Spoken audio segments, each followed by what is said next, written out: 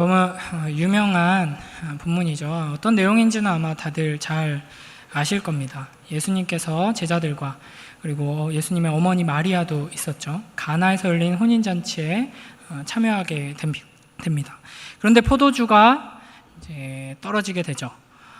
이를 예수님께서 해결하시는, 물을 포도주로 바꾸셔서 이제 해결하시는 그런 내용입니다.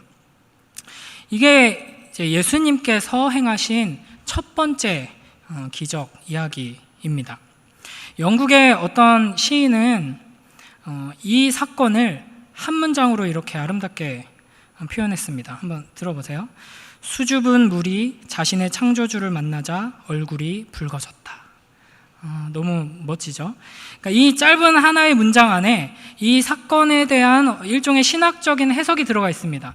예수 그리스도께서 모든 만물, 물과 포함하여 모든 만물을 창조하신 창조주 하나님이시다라는 것이 이 사건에 드러났다라는 것이죠.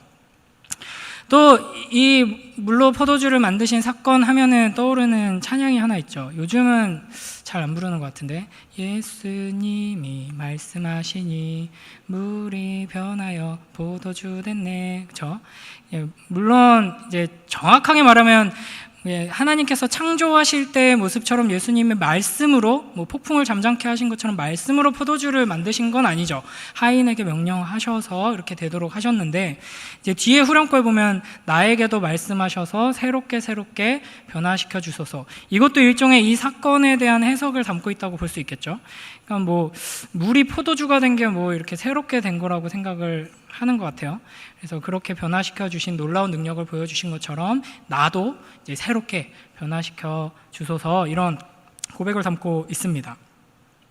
우리가 오늘 이 예수님께서 행하신 첫 번째 기적 이야기를 통해서 이 말씀이 과연 우리에게 어떤 메시지를 주는가 살펴보려고 하는데요. 이렇게 해석하는 경우도 있습니다. 마리아가 이 포도주가 떨어진 걸 보고 바로 예수님에게 이렇게 포도주가 떨어졌다 이렇게 이야기를 한 걸 보면서 우리가 문제가 생겼을 때 이제 예수님께 먼저 아뢰는 태도를 가져야 한다.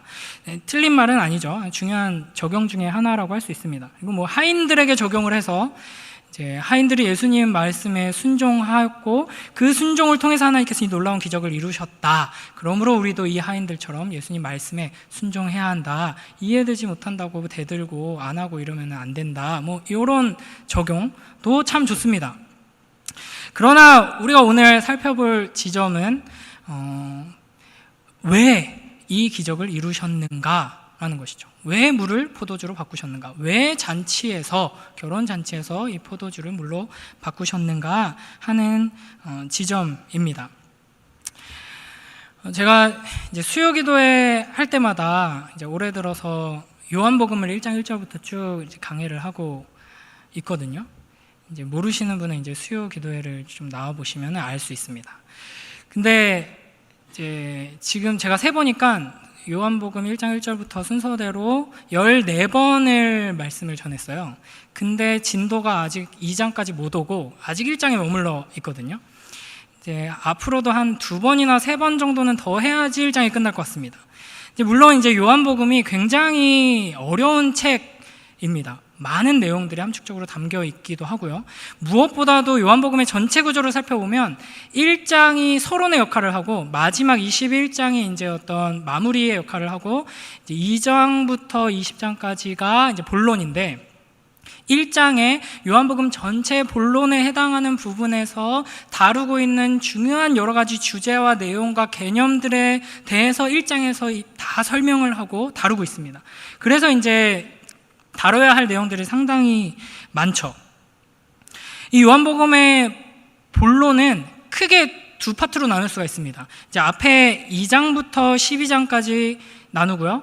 뒤에 이제 13장부터 20장까지 나누는데 앞부분과 뒷부분에 별명이 붙어 있습니다. 앞부분은 표적의 책이라는 별명이 있고요. 뒷부분은 영광의 책이라는 별명이 붙어 있습니다.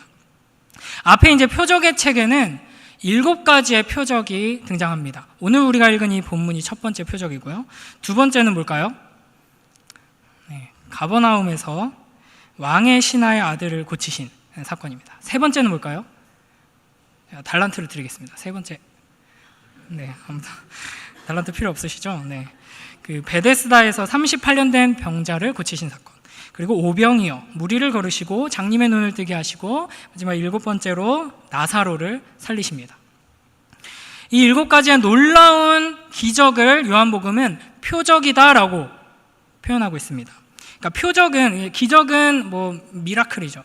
뭐 기적, 이적, 그냥 놀라운 일, 신기한 일인데 표적은 사인입니다. 그러니까 무언가를 가리키고 있는 표지판이라는 것이죠. 우리 오늘 읽은 본문의 마지막 2장 11절 함께 읽어보겠습니다. 시작.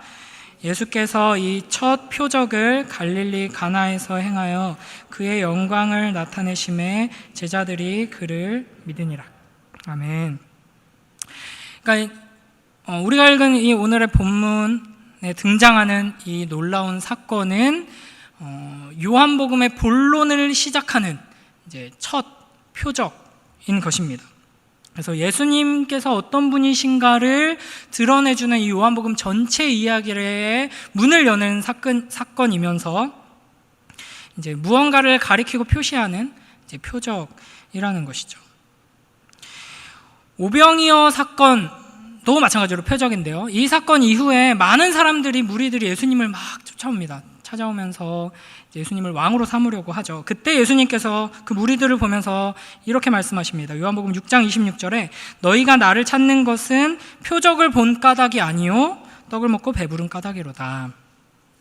그러니까 예수님께서 이 놀라운 기적을 행하신 것은 이 기적이 가리키고 있는 무언가를 바라보고 이 기적이 가리키고 있는 그곳으로 향해 나아가라고 이 기적을 행하신 건데, 지금 오병이어 사건을 본 사람들은 와, 놀랍다, 대단하다, 우리가 예수님 따르면은 배부르겠구만, 굶을 일이 없겠구만, 우리 왕이 되면 이스라엘이 강한 나라가 되겠구만 이라고 생각하면서 예수님을 쫓아간 거죠.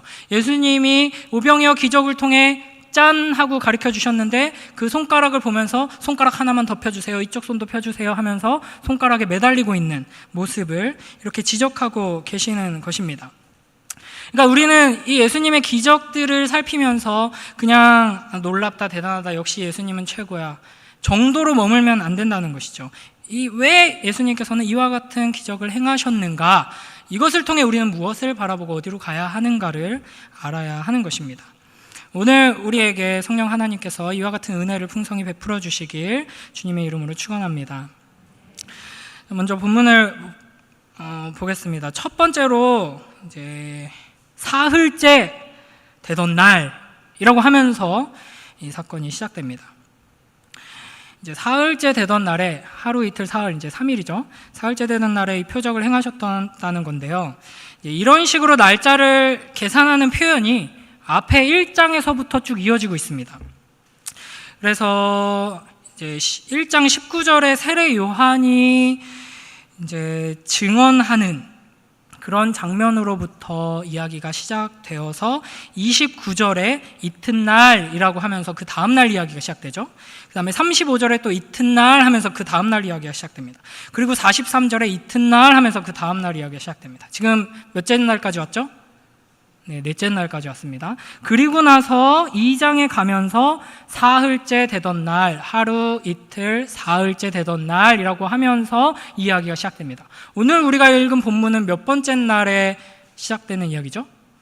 네, 7일째에 시작되는 이야기입니다. 정확하게 이게 몇 월 며칠인지 무슨 요일인지 뭐 이런 건 알 수 없지만 이제 요한복음에서 펼쳐지는 이야기의 순서상 7번째 날에 지금 이 표적을 예수님께서 행하셨다는 것입니다. 그러면 7째 날이 무슨 의미인가? 우리 요한복음 1장 1절을 앞으로 넘기셔서 함께 읽습니다. 시작.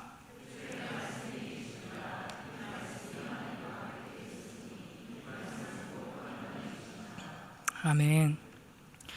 요한복음 1장 1절을 읽으면 성경을 많이 몰라도 딱 떠오르는 게 바로 창세기 1장 1절입니다. 성경을 많이 알면 많이 할수록 요한복음 1장과 창세기 1장이 매우 밀접한 연관이 있음을 발견할 수 있습니다.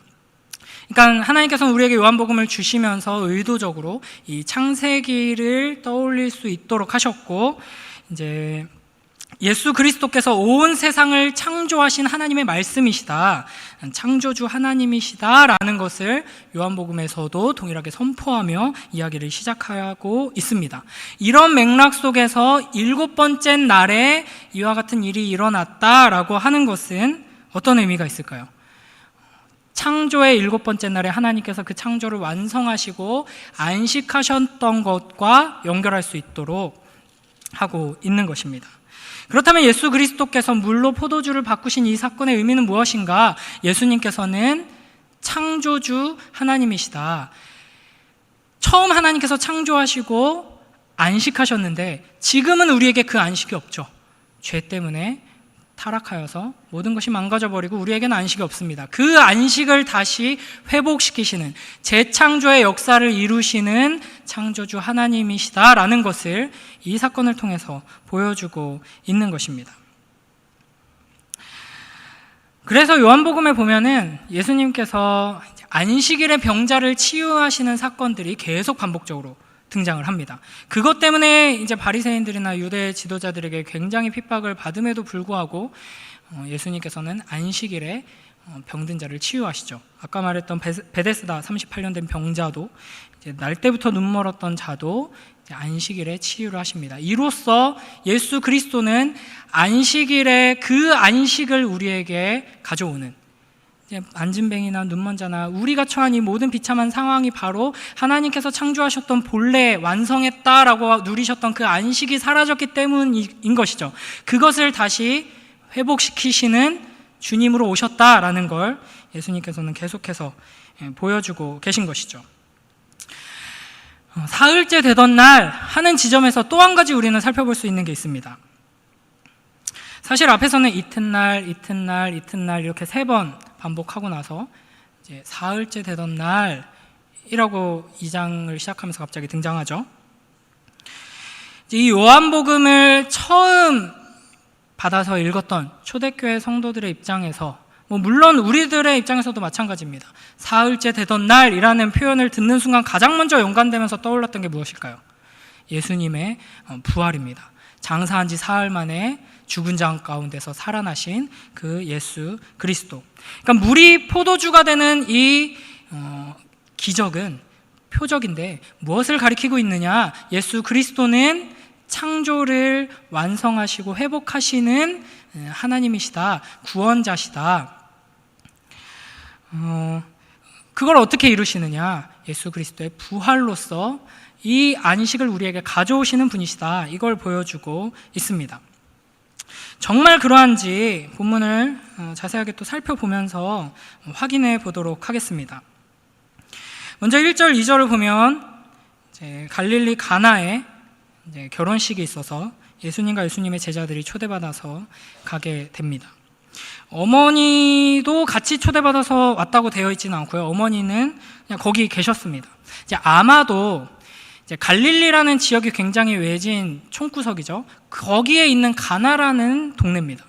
그러니까 바로 앞에 1장에서 나왔던 나다나엘의 고향이기도 합니다. 그래서 이제 나다나엘이 나사렛에서 온 그 메시아를 우리가 만났다라는 소리를 들었을 때 믿지 못했던 것이죠. 왜냐하면은 그 나다나엘이 살았던 가나와 예수님께서 사셨던 어디죠?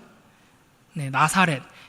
둘 다 갈릴리에 있는 동네입니다. 가까운 동네입니다. 그러니까 내가 뻔히 우리 동네가 얼마나 후진지 알고 그 갈릴리가 얼마나 후진지 아는데 거기서 메시아, 하나님께서 보내신 선지자, 제사장, 왕이신 그분이 오셨다고 말이 안 되지라고 생각했던 겁니다. 그러니까 지금 이 1장에서 모인 대부분 갈릴리 출신인 제자들과 예수님이 가나에서 결혼식을 가셨는데 아마도 예수님과 관련 있는 어떤 사람의 결혼식일 가능성이 매우 높습니다.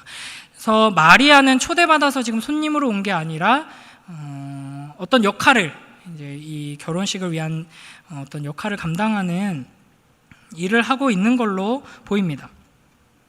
보통 유대인들의 결혼식은 7일 동안 이어졌다고 합니다. 그러니까 결혼 피로연 잔치를 7일에 걸쳐서 일주일 내내 성대하게 열었던 것이죠. 일반적으로 그렇고 돈이 좀 많고 지위가 높은 사람들은 2주씩 하기도 했다고 합니다. 그래서 먼 곳에서 뭐 친척들이 다 모이는 것은 당연하고 이제 단순히 어떤 한 가문의 이제 행사가 아니라 모든 공동체, 이제 이 지역의 아주 성대한 축제로서 결혼식이 열리게 됩니다. 그래서 아마도 이스라엘 사람에게는 이 결혼식이라는 것이 일평생 가장 중요하고 이제 특별하고 이제 기억에 남는 시간이었을 것입니다. 그런데 이제 3절에 끔찍한 재앙이 일어납니다. 우리 3절 함께 읽겠습니다. 시작.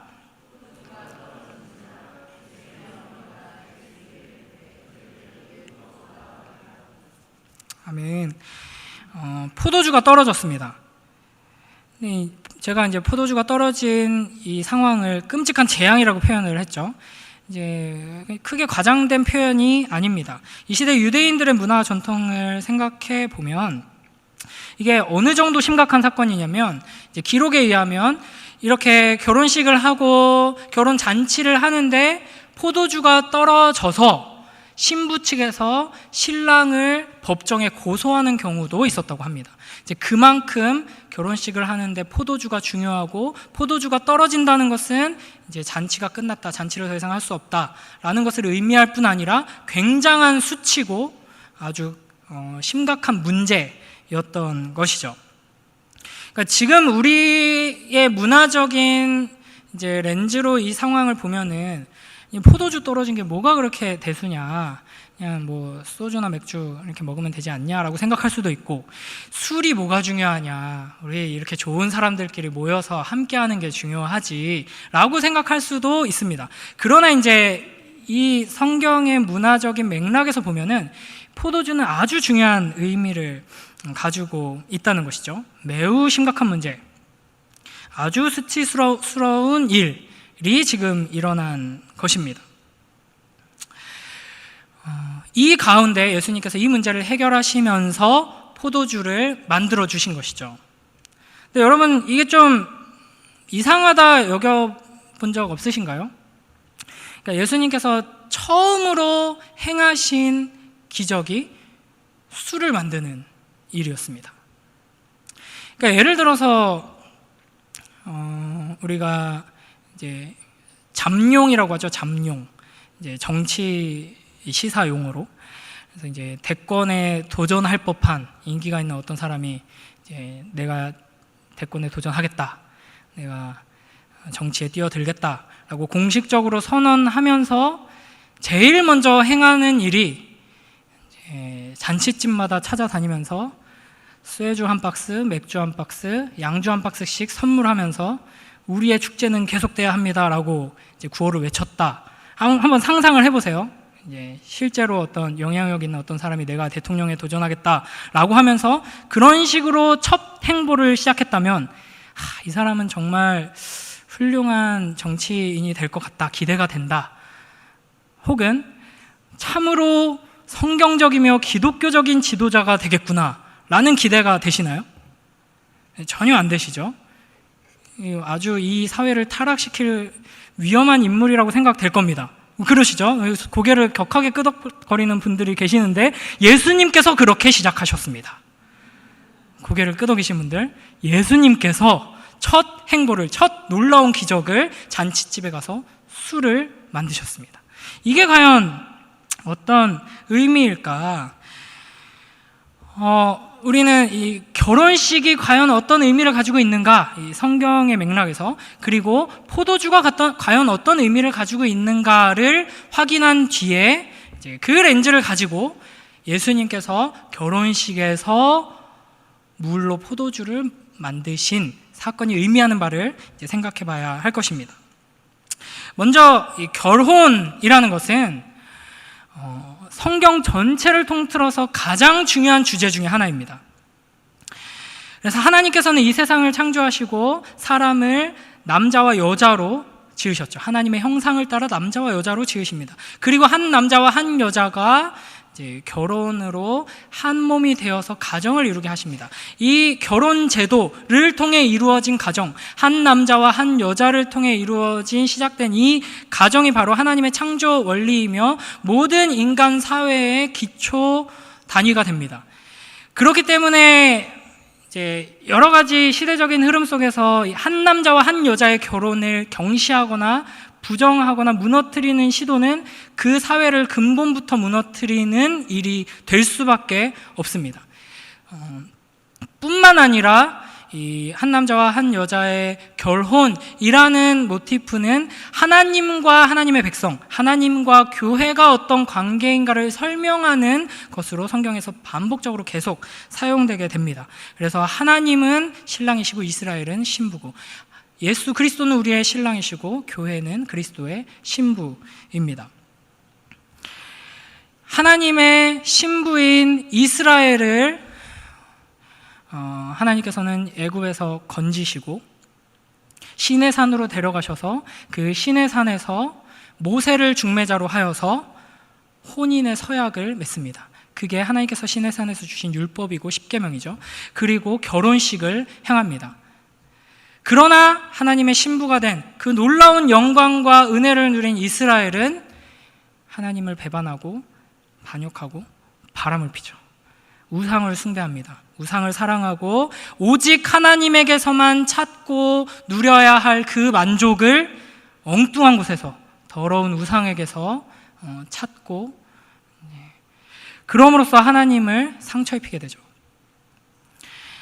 성경의 이야기는 결국 이 이야기입니다. 신랑이신 하나님을 배반하고 배반하는 더러운 창녀 같은 이스라엘, 더러운 창녀 같은 우리, 그런 우리를 끝까지 찾아오시고 용서하시고 또 기다리시고 다시 찾아오셔서 붙드셔서 결국에는 하나님의 거룩한 신부로 완성해내고야 마시는 이야기가 바로 이 성경의 이야기입니다. 하나님의 결혼 이야기죠. 그래서 요한계시록 마지막에서, 요한계시록은 어떤 장면으로 끝납니까? 어린 양의 혼인잔치로 요한계시록은 끝나게 됩니다. 이 놀라운 하나님의 사랑 이야기, 하나님의 결혼 이야기가 성경의 이야기이며 동시에 이 세상의 이야기입니다. 이러한 맥락에서 예수님께서 처음으로 행하신 기적이 혼인잔치 자리에서 이 혼인잔치가 망가져버리고 더 이상 이제 진행될 수 없는 상태를 회복시키신, 물을 포도주로 바꾸신 사건이다라는 것은 굉장히 의미심장하죠. 하나님의 결혼 이야기가 끝나지 않았다. 예수님이 오시기 전까지 이스라엘은 암흑시대였습니다. 하나님의 말씀이 없었습니다. 이제는 더 이상 하나님도 이제 우리를 이제는 완전히 버리셨나 보다, 절망 가운데서 있었던 시대였죠. 그러나 예수 그리스도를 통해 하나님의 사랑은 아직도 끝나지 않았다. 이제 완벽하게 이 사랑을 완성하실 분이 오셨다라는 것을 보여주는 이야기라고 할 수 있습니다. 포도주 또한 아주 중요한 의미를 담고 있습니다. 말씀드렸다시피 유대 문화 속에서 포도주는 이제 기쁨을 상징하고 잔치에서 가장 중요한 핵심 요소입니다. 성경에서도 포도주는 이제 만족과 즐거움, 하나님께서 우리에게 베풀어 주시는 축복, 안식 등을 상징합니다. 하나님께서 우리에게 주셨던 그 약속이 온전하게 다 성취되었을 때, 모든 것이 완성되었을 때 그 안식을 누리면서 마시는 음료가 이제 포도주로 나타나고 있는 것이죠. 우리 창세기 43장 34절 말씀 함께 읽어보겠습니다. 시작.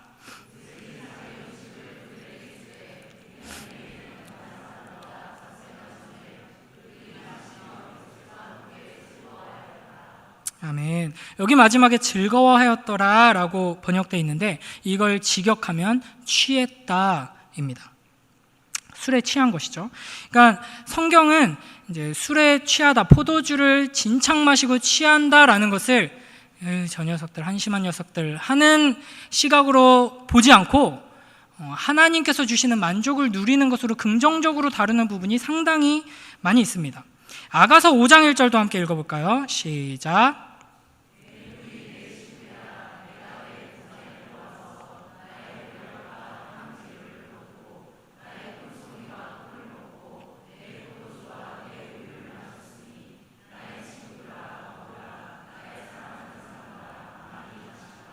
아멘.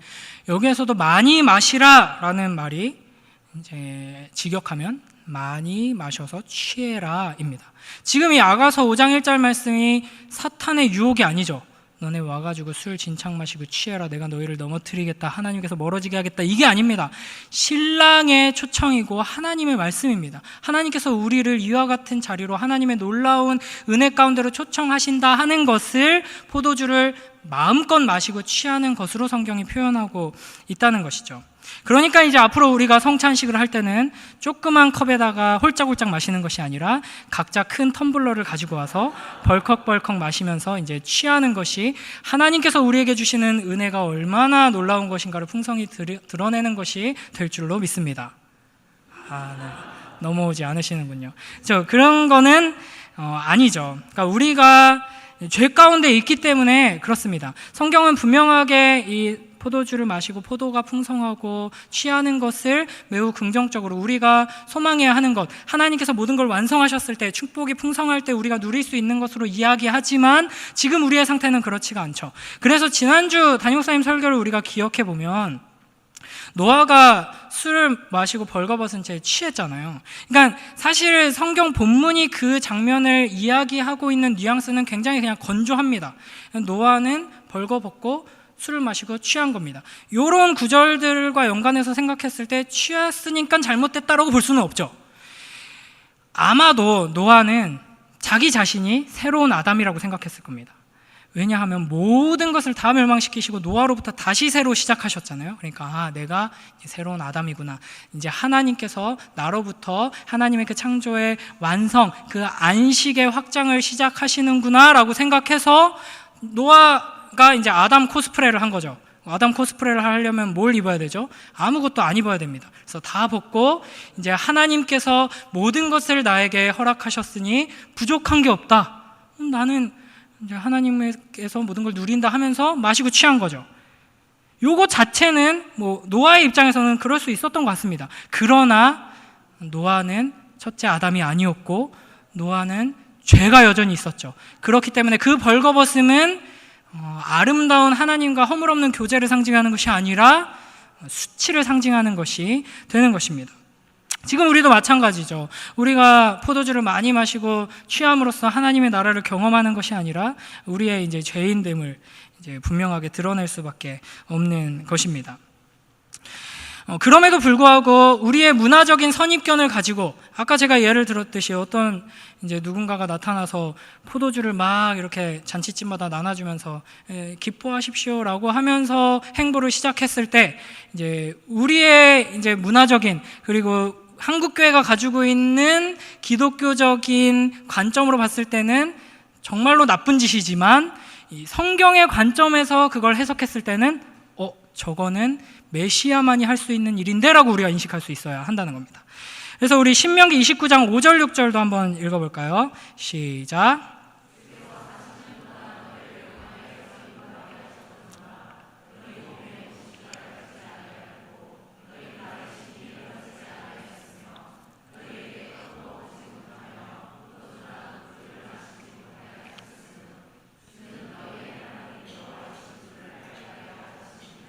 아멘.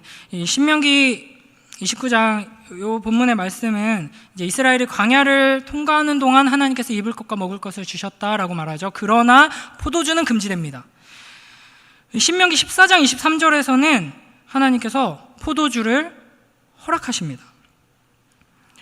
이제 포도주와 기름의 11조를 먹으며 이렇게 말씀하시죠. 이 차이가 어디서 오느냐? 신명기 29장은 광야에 있을 때이기 때문에 포도주가 금지된 것이고요. 신명기 14장 23절은 여호와께서 그의 이름을 두시려고 택하신 곳을 얻었을 때, 너희가 약속의 땅에 들어갔을 때 하나님의 약속이 너희 가운데서 성취되어서 이제 너희가 안식을 누리게 되었을 때 너희는 포도주를 마셔라 라는 것입니다. 그러니까 성경에서 이 포도주라는 음료는 약속의 땅을 차지하였을 때 하나님의 그 뜻이 온전히 이루어졌을 때 마시는 음료, 즐거움의 도구라고 할 수 있습니다. 그래서 성경은 하나님께서 우리에게 주실 새 언약의 시대를 포도주가 흘러 넘치는 시대로 많이 표현을 합니다. 요엘 3장 18절과 이사야 25장 6절과 이사야 27장 2절에 이와 같은 표현들이 계속해서 등장하죠. 이런 맥락 속에서 예수님께서 처음으로 행하신 기적이 물을 포도주로 바꾼 것이다 라는 것이 무엇을 의미하는가는 분명하게 되는 것이죠. 옛 언약을 새 언약으로 성취하실 분이 여기 오셨다라는 것을 우리에게 보여주고 있습니다.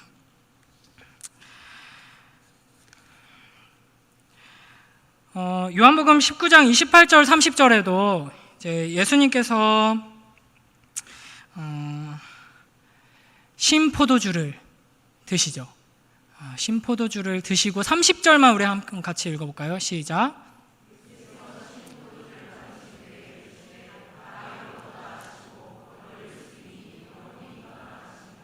아멘. 포도주를 드심이 상징하는 바는 여호와 하나님께서 보내신 예수 그리스도를 통한 십자가의 구원이 이제 이루어졌다 하는 것을 상징하고 있는 것이죠. 그렇다면 이 포도주를 먹고 마시고 즐거움과 기쁨을 누려야 할 이 잔치에 포도주가 떨어졌다 하는 것은 무엇을 의미할까요? 죄로 말미암아 우리에게서 이제 기쁨이 사라졌다는 것입니다. 잔치는 끝났다. 하나님과 맺은 그 언약이 깨지고 하나님과의 그 관계, 신랑과 신부의 관계로부터 오는 그 모든 풍족한 축복들과 보호와 인도하심과 그 사랑과 은혜가 모두 단절되었다. 만족과 안식이 사라졌다 하는 것이죠. 마땅히 우리는 모두 함께 행복하게 먹고 마시며 즐거워해야만 하는데 그것이 이제 우리에게서 떠나갔다 하는 것입니다. 잔치가 끝나고 걱정과 근심과 두려움과 수치와 불만족만이 우리를 감싸고 있습니다. 이런 상황 가운데에서 마리아는 예수님께 포도주가 없다라고 말합니다. 이제 마리아가 구체적으로 어떤 기대를 가지고 이런 이야기를 했는가는 이제 다음 수요 기도에 오시면은 이제 같은 본문으로 한 번 더 들으실 수 있을 것 같습니다. 어쨌든 마리아가 포도주가 없다라고 말했는데요. 예수님께서 뭐라고 대답하시냐면 이것이 참 이상합니다. 우리 2장 4절 함께 읽습니다. 시작.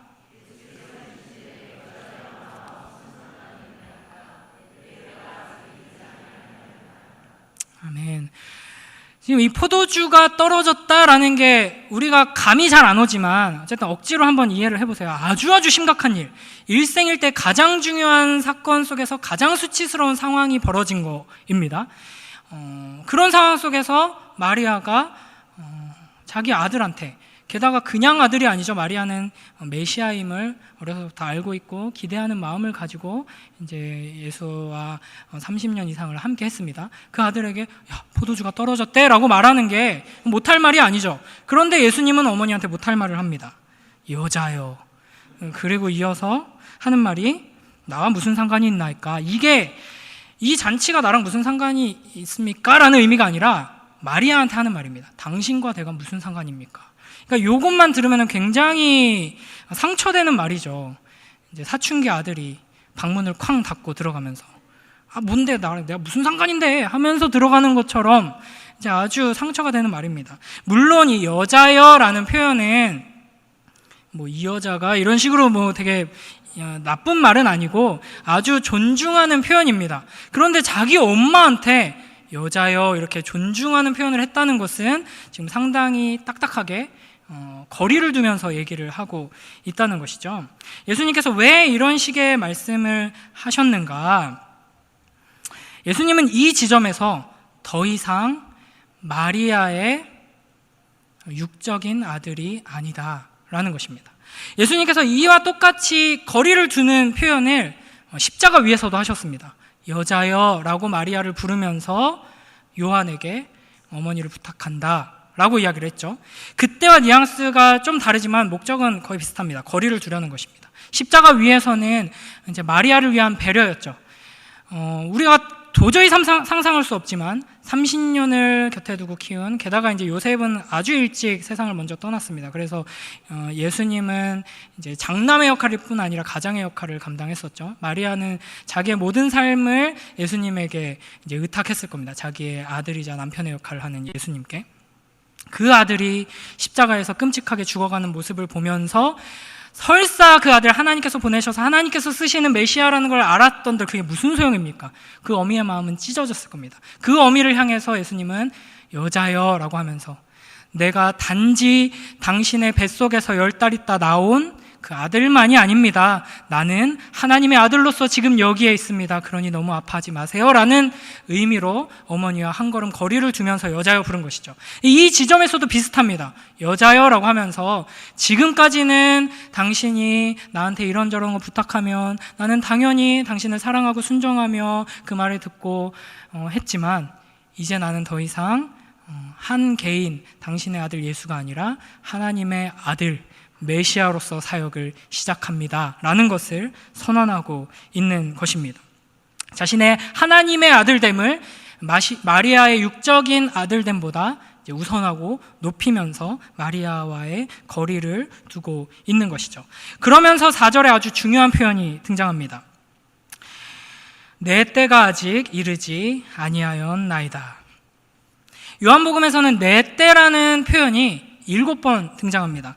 그 중에 3군데만 제가 한번 읽어보겠습니다. 요한복음 7장 30절에 그들이 예수를 잡고자 하니 손을 대는 자가 없으니 이는 그의 때가 아직 이르지 아니하였음이로다. 요한복음 13장 1절 유월절 전에 예수께서 자기가 세상을 떠나 아버지께로 돌아가실 때가 이른 줄 아시고 자기가 세상을 떠나 아버지께로 돌아가실 때가 이른 줄 아시고 라고 하죠. 그 다음에 요한복음 17장 1절 예수께서 이 말씀을 하시고 눈을 들어 하늘을 우러러 이르시되 아버지여 때가 이르렀사오니 아들을 영화롭게 하사 아들로 아버지를 영화롭게 하게 하옵소서.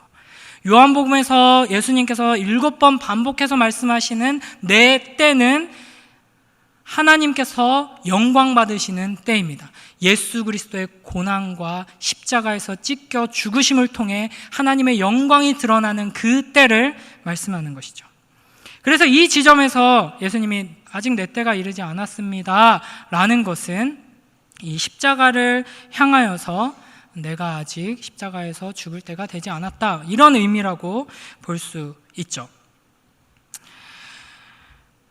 예수님께서는 이 기쁨의 잔치 가운데에서도 계속해서 나의 때를 생각하시고 준비하시고 그 때를 향하여서 나아가고 있었던 것입니다. 그래서 크게 2가지의 엇갈리는 흐름이 이 장면에서 등장하죠. 기쁨의 잔치가 벌어지고 포도주가 떨어지면서 잔치가 수치로 변화되게 됩니다. 그래서 이제 기쁨이 상실되게 되죠. 그러나 반대로 예수님께서는 내 때를 향하여서 가시면서 이제 고난을 당하시고 예수님께서 당하시는 이 고난을 통하여서 잔치가 회복되고 기쁨이 충만하게 됩니다. 이 의미를 조금 더 풍성히 드러내줄 우리 6절, 7절, 8절 말씀을 같이 한번 읽어보겠습니다. 시작.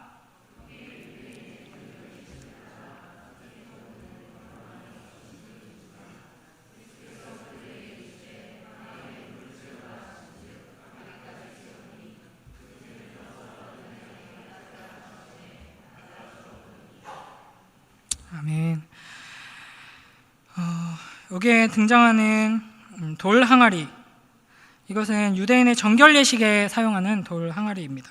이제 2-3통 들어간다라고 표현해 있는데 이게 이제 대략적으로 이제 정확하게는 알 수 없는데 대략적으로 120리터 정도 들어가는 돌 항아리가 6개 있다라고 할 수 있습니다. 이걸 가득 채우라고 했죠. 그래서 120리터 곱하기 6개 하면은 계산이 바로 나오시죠. 네, 저는 봐야 됩니다. 700리터. 네, 정도 됩니다. 700리터 하면은 이제 엄청 큰 페트병, 2리터짜리 페트병 하면은 몇 개 정도 되죠? 350개 정도 됩니다. 엄청난 양이라고 할 수 있습니다.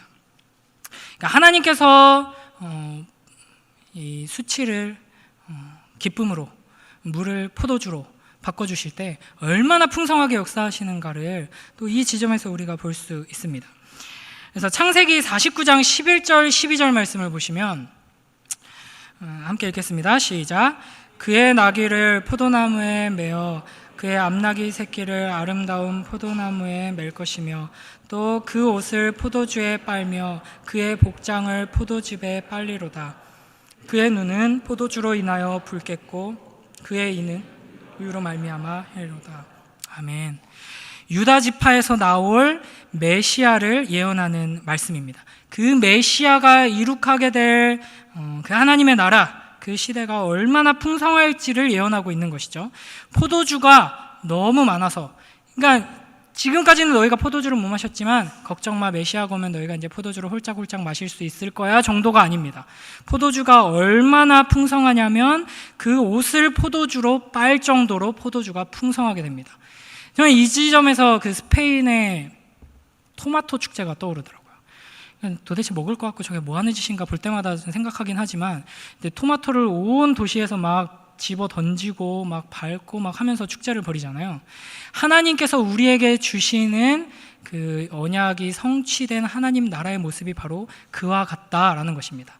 하나님께서 우리에게 주시는 기쁨과 위로와 즐거움과 안식을 의미하는 포도주가 마셔도 줄지 않을 정도로 풍성한 걸 뛰어넘어서 모든 것에 흘러넘쳐서 옷까지 다 물들게 한다는 것이죠. 예수 그리스도께서 오셔서 처음으로 행하신 이 표적이 의미하는 바가 바로 우리에게 이와 같은 기쁨을 주시겠다라는 메시지입니다. 이제 이 돌 항아리에 대해서 조금 더 살펴볼 텐데요. 여기서 이제 유대인의 정결 예식이라고 되어 있습니다. 그러니까 정결 예식을 위한 물을 담아놓는 돌 항아리입니다. 주로 이제 식사 전에 물을 가지고 손을 정결케 하는, 그리고 이제 잔치를 위한 그릇들을 또 정결케 하는 이런 일에 사용된 돌 항아리입니다. 근데 이게 단순히 손 안 씻고 먹으면은 배탈 나니까 손 씻기 위한 물이 아니라 정결 예식을 위한 물이라는 걸 우리가 기억해야 합니다. 그래서 제가 예전에 이제 어떤 다큐멘터리를 하나 봤는데, 이제 유대인들이 식사하는 장면을 봤거든요. 근데 이제 밖에서 들어와서 이제 주방으로 들어와서 이제 비누를 가지고 손을 씻습니다. 그리고 이제 식탁에 앉아서 이제 정결 예식을 합니다. 손에 물을 이렇게 붓더라고요. 그러니까 손 다 씻어놓고 그거 왜 하냐?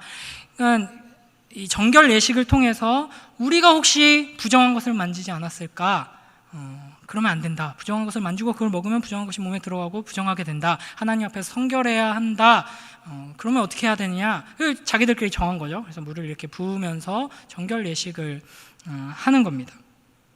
그러니까 우리가 이제 세례를 줄 때 물을 뿌리거나 붓죠. 그 세례의 가장 중요한 의미 중에 하나가 우리의 가운데 있는 이 더러운 죄를 성령께서 깨끗이 씻으신다라는 것을 상징하기 위해서 물을 붓는 거죠. 근데 그렇다고 해서 세례식에 물을 부을 때 비누 가져가서 막 빡빡 닦아주면서 깨끗하게 되라 이렇게 하지 않잖아요. 그런 것처럼 유대인들도 그냥 물을 단순히 붓는 이 행위를 통해서 하나님께서 우리를 깨끗하게 해주신다라고 생각했던 것입니다.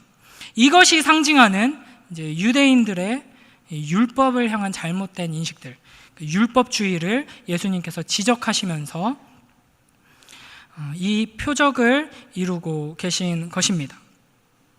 그러니까 우리가 이러한 것들을 지키고 이러한 예식들을 정해서 행하는 것을 통해서 이 물을 뿌린다고 해서 우리가 깨끗이 되는 게 아니라는 것입니다.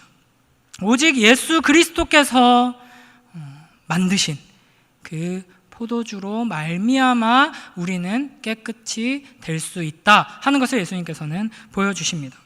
이 포도주가 무엇을 상징하는가 또 우리는 이 성찬을 통해서 분명하게 주님께서 알려주시죠.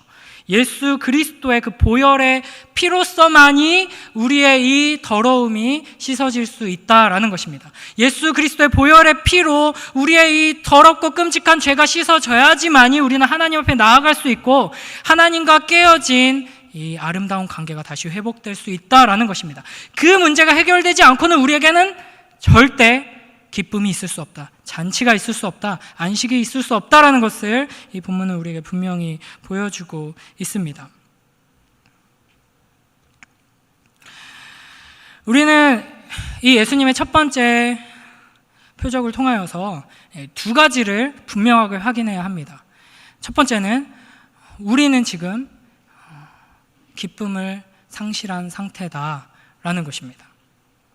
여러분이 만약 어떠한 이유 때문에 나는 기뻐할 수 없다, 나는 안식할 수 없다, 나는 참되게 안식하고 기쁨을 누리고 만족할 수 없다라고 느끼신다면 감사하십시오. 하나님께서 여러분에게 주신 은혜입니다. 우리가 평생을 살면서 분명하게 해야 할 것은 우리의 힘과 노력으로, 능력으로 이 땅의 어떤 것으로 우리는 만족할 수 없고 안식할 수 없고 참된 기쁨을 누릴 수 없다는 것입니다. 우리는 잔치를 상실한 채 수치 가운데 있습니다. 먼저 이것을 확인한 뒤에 이런 우리를 위하여서 예수 그리스도께서 잔치를 회복시켜 주시기 위하여 오셨다 하는 메시지를 들어야 하는 것이죠. 그래서 예수님께서 오셨습니다. 그래서 예수님께서 유대교의 율법주의를 상징하는 돌 항아리에 물을 가득 채우고 포도주로 바꾸셨습니다. 하나님과 깨어진 그 관계를 회복하는 아름답고 영광스러운 혼인의 잔치를 다시 여섰습니다. 예수 그리스도의 고난과 예수 그리스도의 슬픔과 죽음의 길이 우리의 잔치를 회복시키고 우리의 기쁨을 회복시킴을 믿으시기 바랍니다. 오직 예수 안에만 참된 안식이 있고 기쁨이 있고 만족이 있습니다. 여러분, 다른 데서 만족을, 안식을, 기쁨을 찾으려는 어리석은 시도를 멈추십시오. 오직 예수 그리스도에게서만 우리는 만족할 수 있습니다. 이 본문을 묵상하면서 제 결혼식이 생각났습니다. 제가 아내와 결혼하던 그날에 감사하게도 정말 많은 하객들이 와서 막 음식이 부족할 정도로 많은 분들이 오셨었는데요.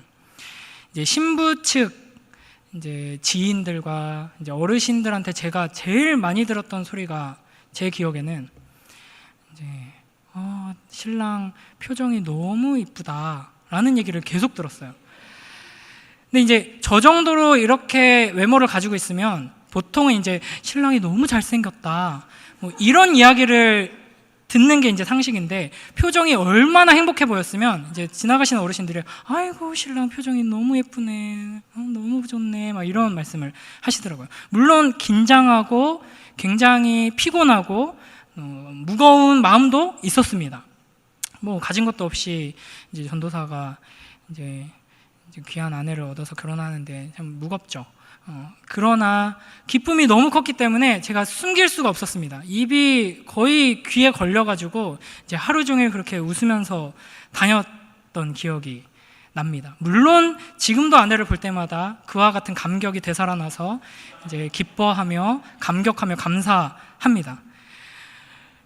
여러분, 우리의 잔치는 아직 끝나지 않았습니다.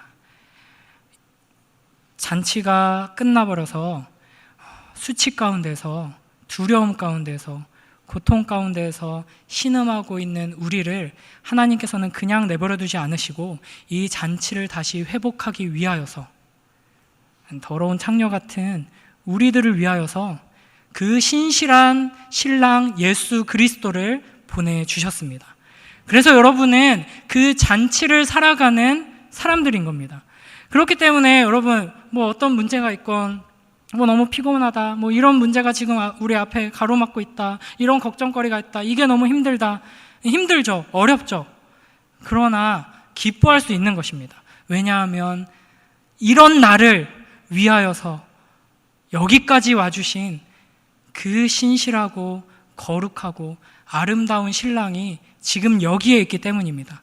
지금 우리가 살아가는 이 삶은 이 신랑과 나의 아름다운 혼인 잔치이기 때문입니다. 우리가 이 주님의 놀라운 사랑을, 은혜를 기억하면서 우리의 인생 가운데, 또 우리의 가정 가운데, 또 우리의 공동체 가운데 주님께서 베풀어 주시는 예수 그리스도로 말미암는 이 잔치의 기쁨과 즐거움과 안식과 만족이 풍성하게 넘치게 되길 주님의 이름으로 축원합니다.